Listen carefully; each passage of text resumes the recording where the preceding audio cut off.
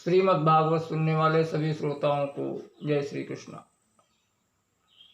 पिछले पाठ में हम सबने मनु महाराज की मझली पुत्री देवहूति का चरित्र सुना। अब मनुस्तु शतरूपायां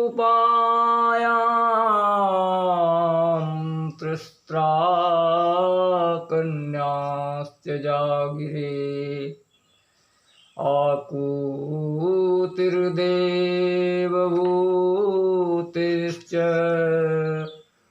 प्रसूतिरिति विश्रुता। मनु महाराज के जो सबसे बड़ी बेटी थी उनका नाम आकूति था और इनका विवाह रुचि प्रजापति के साथ हुआ। रुचि प्रजापति सदैव भगवान का चिंतन करते रहते थे, इसके लिए वो ब्रह्म ज्ञान से संपन्न थे। और रुचि प्रजापति के यहाँ भगवान यज्ञ नारायण और लक्ष्मी स्वरूपा दक्षिणा का प्राकट्य हुआ तथा कालांतर में यज्ञ भगवान के साथ ही दक्षिणा ने विवाह किया। अब मनु महाराज की जो तीसरी सबसे छोटी पुत्री थी उनका नाम था प्रसूति। उनका विवाह दक्ष प्रजापति के साथ हुआ और दक्ष प्रजापति के 16 कन्याएं हुई। 16 में 13 कन्याएं धर्म को ब्याह दी गईं और 1 कन्या अग्नि को और 1 कन्या पितरों को और 1 कन्या जो थी माता सती वो भगवान शंकर को ब्याही गई। तो जो अग्नि को ब्याही गई उनका नाम स्वाहा देवी और जो पितरों को ब्याही गई उनका नाम सुधा देवी और जो भगवान भोले शंकर को ब्याही गई उनका नाम सती देवी। सती के कोई भी संतान नहीं हुई। तब परीक्षित कहते हैं कि महाराज ये सती के संतान क्यों नहीं हुई।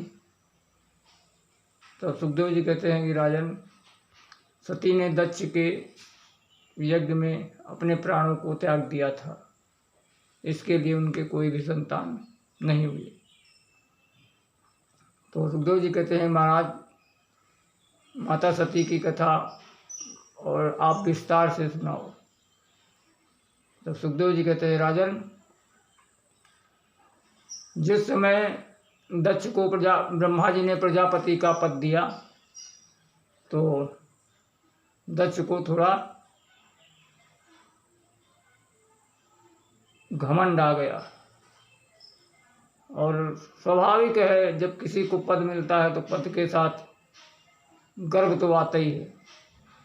तो उन्होंने एक बहुत बड़ा स्वागत समारोह रखा और उसमें दक्ष ने सभी छोटे बड़े जितने देवी देवता थे सभी को उन्होंने बुलाया और बुलाया। तो जब दक्ष प्रजापति सभा के अंदर प्रवेश हुए तब सभी जो देवी देवता थे उन्होंने उनका उठकर स्वागत किया, लेकिन जो 3 लोग थे वो नहीं उठे।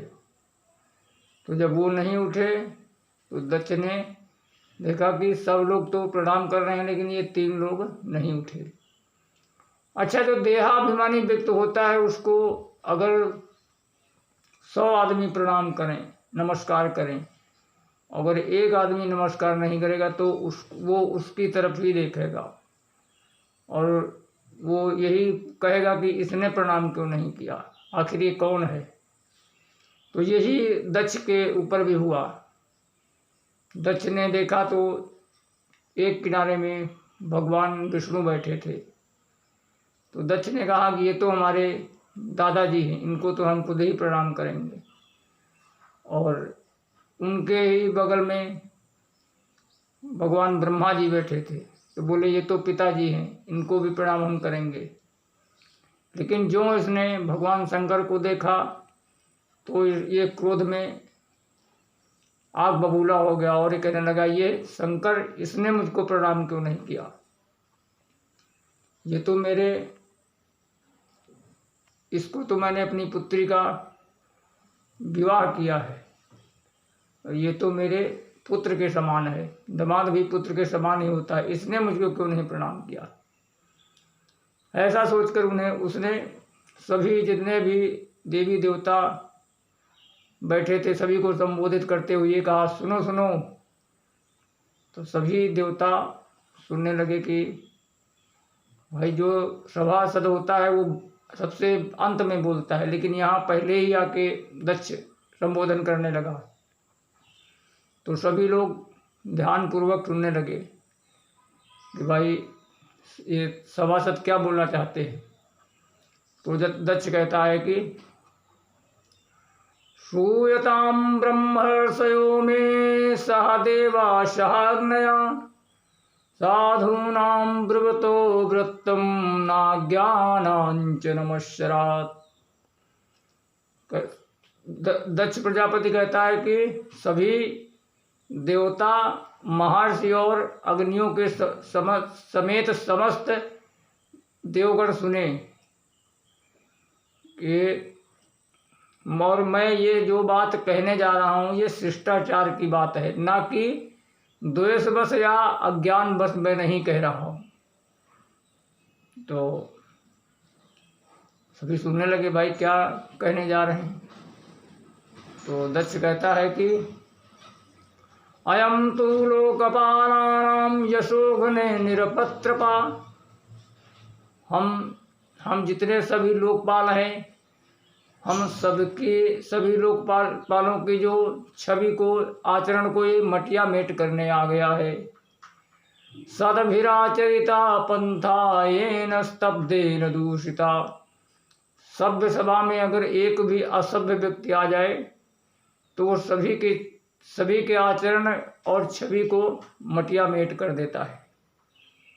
तब जब इस प्रकार कहा तब भाई सभी देवी देवता देखने लगे कि भाई यहाँ असभ्य व्यक्ति कौन है। भाई सभी तो वहाँ पे देवता थे, सभी गणमान्य थे, सभी महर्षि थे, तो वहाँ पे सभ्य व्यक्ति का प्रवेश हो ही नहीं सकता था, क्योंकि जहाँ सभी सतोगुण के थे तो वहाँ तमोगुणी या वहाँ प्रवेश ही नहीं हो सकता है, क्योंकि देवता जितने हैं सभी सत्व गुण से बने हुए हैं।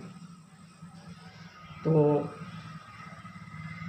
सभी देवता जब देखने लगे तो दक्ष ने उंगली उठाते हुए भगवान शंकर की तरफ कहा कि अरे ये जो शंकर है यही असभ्य है, इसको इतना भी नहीं पता कि जब कोई सभा के अंदर माननीय प्रवेश करे तो इसको प्रणाम करना चाहिए या नमस्कार करना चाहिए। और सबसे बड़ी मेरी गलती यह है कि मैंने इसको अपनी मृगलोचनी बेटी जो सती थी मैंने इसको दे दिया, और कहाँ मेरी बेटी मृग के तरह नैन रखने वाली मृगलोचनी बेटी, और कहाँ ये बंदर जैसी आँख वाला। गृहीत्वा मृगसावाच्या पाणिं मर्कटलोचना। और मैंने अपने पिताजी के कहने से ही अपनी बेटी इसको दे दिया। और ये समय शिष्यतां प्राप्तो जन्मे दुहितुरग्रहीत।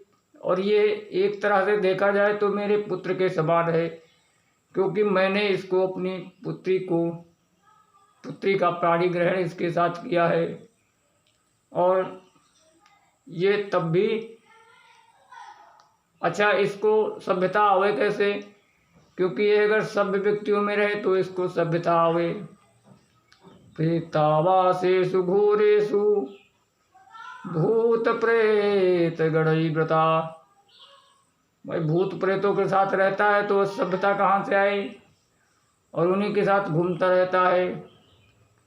और ये जो पाउडर लगाता है ये भी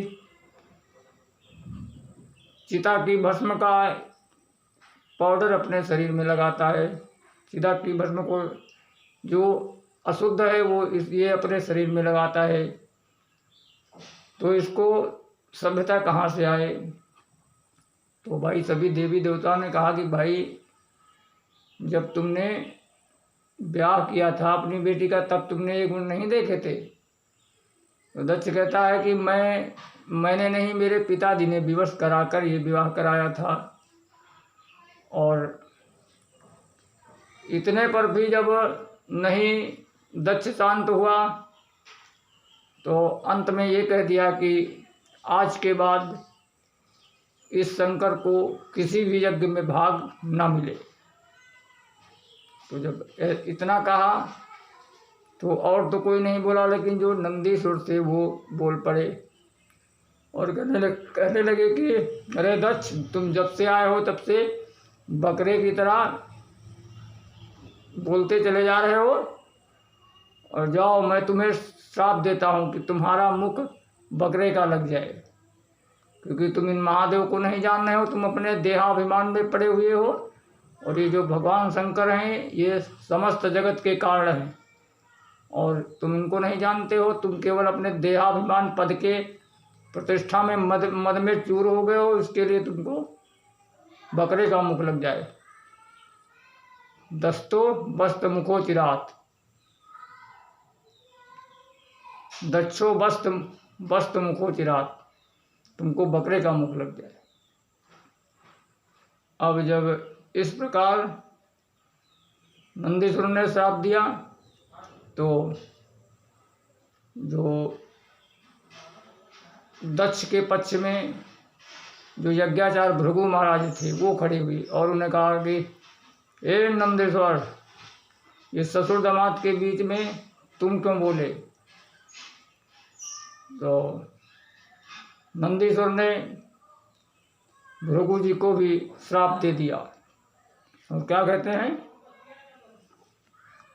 कि सर्वगच्छा दुजा वृत्तिर्धृत विद्या तपोव्रता देह वित्तेन्द्रिया रामा याचिका विचरन्ति वा। कि तुम जैसे ब्राह्मण हैं वो चाटुकार हो जाएं, भिखमंगे हो जाएं और अपनी विद्या का केवल अपने पेट भरने के लिए ही विद्या का साधन करें। धृत विद्या तपोव्रता, केवल पेट भरने के लिए, देह वित्तेन्द्रिया रामा, केवल इंद्रियों के आराम के लिए ही ये सब करते रहें और याचिका विचरन्ति, और जगह जगह पर ऐसे ही भिखारियों की तरह घूमते रहें। तो अब जब भृगु जी को नंदी ने श्राप दे दिया तो भृगु जी ने नंदी को भी श्राप दिया, और अब भृगु महाराज ने भी नंदीश्वर को श्राप दे दिया कि शंकर के जितने भी गण हैं वो सभी पाखंडी हो जाएं।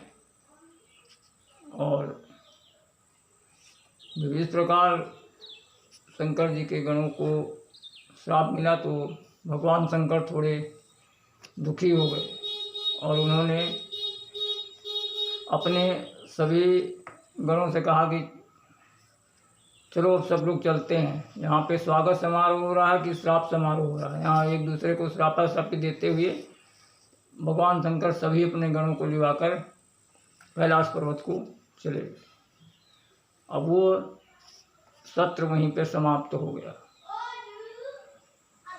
अब लेकिन यह टसन दक्ष के मन में बनी रही और बहुत दिनों के बाद दक्ष ने एक बहुत बड़ा यज्ञ करना चाहा और उसके लिए उन्होंने जितने भी छोटे बड़े देवी देवता थे सभी को दक्ष ने निमंत्रण भेजा, लेकिन भगवान शंकर को दक्ष ने निमंत्रण नहीं भेजा क्योंकि उनको पहले से वो कसम थी। और जब सभी देवी देवताओं के विमान कैलाश के ऊपर से होकर जाने लगे तो माता पार्वती ने इशारे से सभी देवियों से पूछा कि देवियों कहाँ जा रही हो। तब उन्होंने कहा कि बहन तुमको नहीं पता, पिताजी के यहाँ बहुत बड़ा यज्ञ है, वहीं पे सब लोग जा रहे हैं। तब आज माता सती भगवान शंकर से कहती हैं कि, और माता सती कहती किस प्रकार है, कहती हैं कि देखो, प्रजापतस्ते स्वसुरस्य साम्प्रतं निर्यापिता यज्ञमहोत्सवा किल वयं च तत्राभिसराम वाम ते यद्यर्थितामी विबुधा व्रजन्ति। कहती हैं कि हे वामदेव, हे भोलेनाथ, आपके जो ससुर हैं प्रजापति दक्ष, प्रजापतिस्ते ससुरस, जो आपके ससुर जी हैं प्रजापति दक्ष, उन्होंने एक बहुत बड़ा यज्ञ करने जा रहे हैं। प्रजापतस्ते ससुरस्ते साम्प्रतं निर्यापिता यज्ञ महोत्सवा किला, बहुत बड़ा महोत्सव होने जा रहा है, और अगर आपकी आज्ञा हो तो हम सब भी चलते हैं, हम दोनों भी चलेंगे और वहाँ पे सभी से, माता से और पिताजी से मिलेंगे, क्योंकि ये जितने भी देवी देवता हैं यद्यर्थितामी विबुधा व्रजन्ति, ये सभी वहाँ पर जा रहे हैं। तो इस प्रकार माता सती ने भोलेनाथ से कहा। तो भोलेनाथ ने कहा कि ये बताओ कि कोई निमंत्रण आया है कि नहीं आया है। तो माता सती कहती हैं कि भोलेनाथ, निमंत्रण अगर आया भी होगा तो आप तो यहाँ कैलाश में निर्जन वन में रहते हो, शायद डाकिया आपको ना ढूंढ पाया हो, इसके लिए तो आया भी होगा तो वापस लौट गया होगा। तब भोलेनाथ कहते हैं कि नहीं देवी जी, ऐसा नहीं है, उन्होंने जानबूझकर निमंत्रण नहीं दिया है। अगर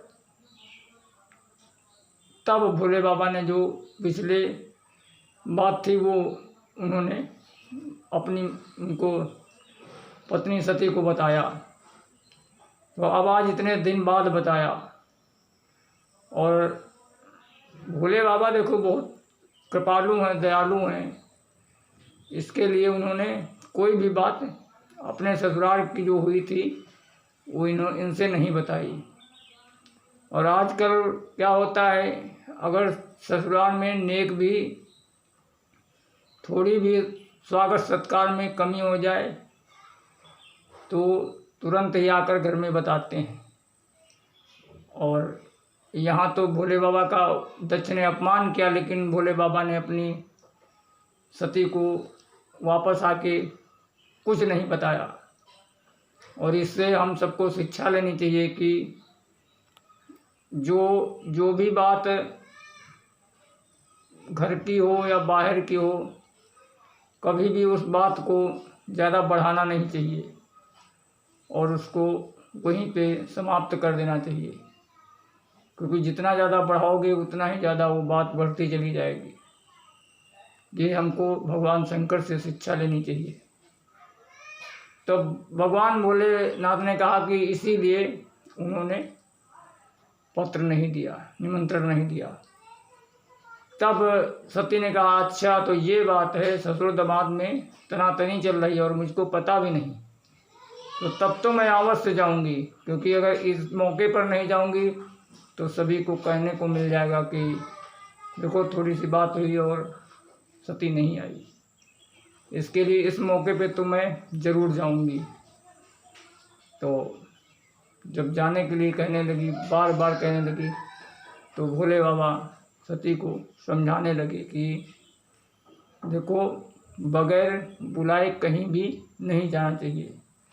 अगर बगैर बुलाए जाओगे तो वहाँ अपमान ही हो सकता है और कुछ नहीं मिलेगा। और देवी जी मैंने तो सहन कर भी लिया और तुम सहन नहीं कर पाओगी, इसके लिए बगैर बुलाए हुए कहीं भी मत जाना चाहिए।